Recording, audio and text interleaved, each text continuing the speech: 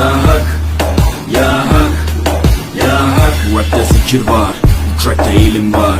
Beslenir iman, her yer ihtilaf, şer ve istilah. Bence bir liman.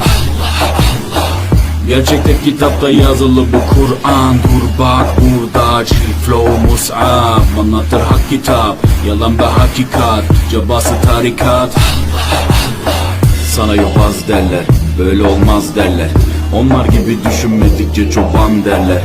Biz Müslümanız, düşüncemiz hüsnü zandır. Bak istediğin güçle saldır. Biz Rabbe müptelayız. İşimde Allah, dilimde Allah, zikrimde Allah, fikrimde Allah, hakkında Allah, aşkında Allah, aslında Allah, kanımda Allah. Hasbi Rabbi Cellallah, ma fi kalbi gayrullah.